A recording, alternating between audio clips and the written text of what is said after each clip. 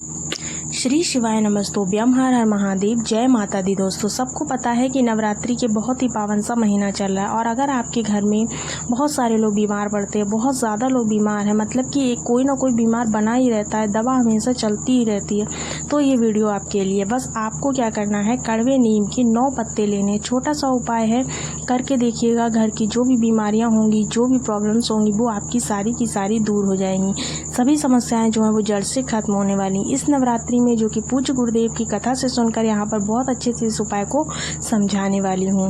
तो देखिएगा दोस्तों, आपको लेना क्या है, आपको सबसे पहली चीज़ लेनी है नीम के पत्ते। तो नीम के पत्ते के लिए आपको क्या करना है, आपको कितने नीम के पत्ते लेना है, नवरात्रि के 9 दिनों में से किसी भी दिन आप इस उपाय को कर सकते हैं, कोई ऐसी दिक्कत वाली बात नहीं है। तो चलिए, सबसे पहले आपको लेना है नीम के पत्ते। कितने पत्ते लेने हैं, तो गिनती के 9 पत्ते आपको लेने हैं। जो नीम का पेड़ होता है वो 2 तरीके के नीम होते हैं, यानी कि एक होती है कड़वी नीम, एक होती है मीठी नीम, ठीक है ना। 2 तरीके की होती है। आपको कड़वी नीम के 9 पत्ते लेने हैं, ठीक है ना, मीठी नीम के नहीं लेने हैं। साथ ही में आपको एक छोटा सा तावे का लोटा लेना है, ठीक है। उस तावे के लोटे में जल भरिएगा।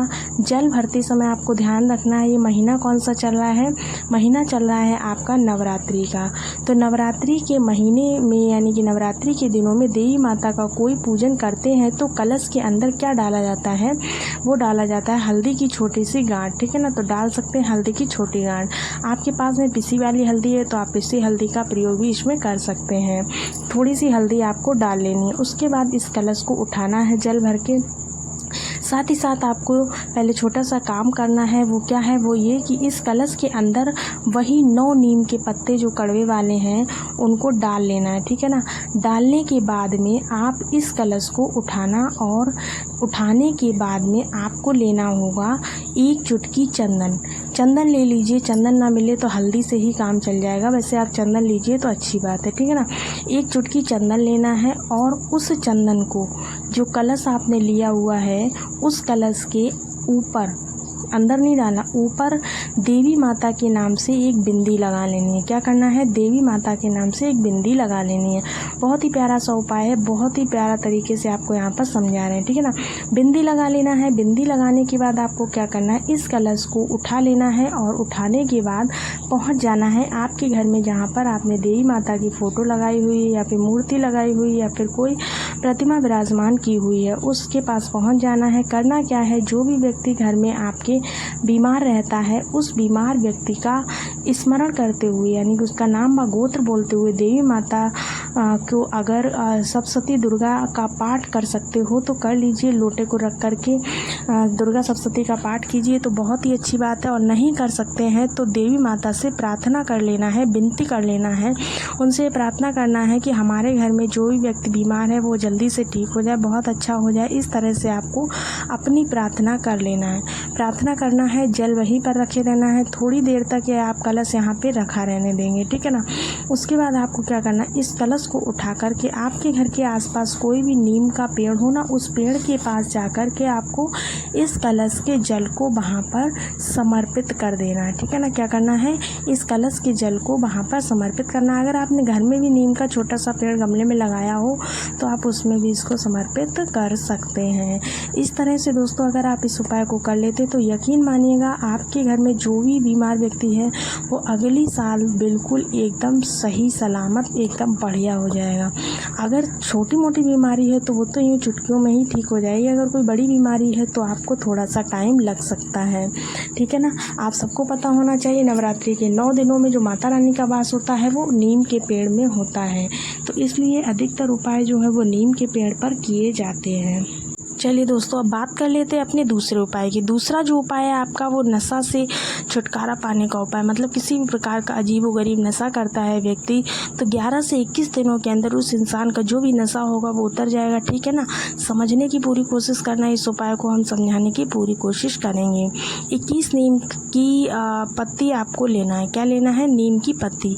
देखिए, यहाँ पर नीम की पत्ती लेने से मतलब है नीम की पत्ती का आप उपयोग नहीं करेंगे, बल्कि नीम की पत्ती में जो नीचे डांट सी होती है ना, डंठल जिसे बोलते हैं, वो होना चाहिए, ठीक है ना। नीम की पूरी पत्ती लेना है, उसमें 6 से 7 पत्तियाँ लगी हुई होनी चाहिए, एक एक सिंगल पत्ती आपको नहीं लेनी है। उसके बाद आपको क्या करना है, नीम कौन सी होनी चाहिए, तो यहाँ पर कड़वी नीम का आपको उपयोग करना है, ये बात आप ध्यान रखेंगे। साथ ही साथ आपको लेनी है 21 लौंग। क्या लेनी है, 21 लौंग लेनी है। लौंग के दाने आपको लेने हैं, लौंग के दाने में फूल लगा होना चाहिए, बिना फूल की लौंग आपको यहाँ पर नहीं लेनी है, क्योंकि माता रानी के साथ ये उपाय करने वाले हैं, इसलिए आपको 21 लौंग को फूल के साथ लेना है। इसके साथ ही आपको 21 काली मिर्च की ज़रूरत पड़ेगी। इसमें कितनी, 21 आपको काली मिर्च ले लेनी है। तीनों चीज़ें आपके पास 21 हो गई, 21 काली मिर्च हो गई, 21 लौंग हो गई आपके पास। इसके साथ ही आपको एक लाल कपड़ा लेना होगा, ठीक है ना। लाल कपड़े में सबसे पहले मैंने आपको क्या बताया था, मैंने आपको नीम के पेड़ की डंडी बताई थी, यानी कि 21 नीम के पेड़ की डंडी आपने जो ली हुई हैं उनको रख देना है उस लाल कपड़े में। उसके बाद आपने जो काली मिर्च ली हुई हैं 21 उनको रखना है। उसके बाद में जो आपने 21 लौंग लिए हुए हैं उनको रखना है, इस तरह से रखना है कपड़े के ऊपर। उसके बाद जो लाल कपड़ा हो वो नया ही लेना है आपको। फिर घर में आपको पुराना कपड़ा हो उसको नहीं लेना है, अगर पूजा का ही कपड़ा है तो उसको धो करके प्रयोग में ले सकते हो, इसके अलावा कोई वैसा कपड़ा नहीं लेना है। लाल कपड़े की एक छोटी सी आपको पोटली बना लेनी है, ठीक है ना। पोटली बनानी है, पोटली बनाने के बाद में आपको क्या करना है, आपके घर में जहाँ पर बजरंग बली मतलब बजरंग बली की फ़ोटो लगी हुई हो या मूर्ति या प्रतिमा लगी हो, उनके सामने जाना है, या फिर आप मंदिर में भी रख सकते हो, बहुत अच्छी बात है। अगर मंदिर चले जाते हो और मंदिर में नहीं रखना चाहते हो तो अपने घर में भी इस उपाय को कर सकते हो।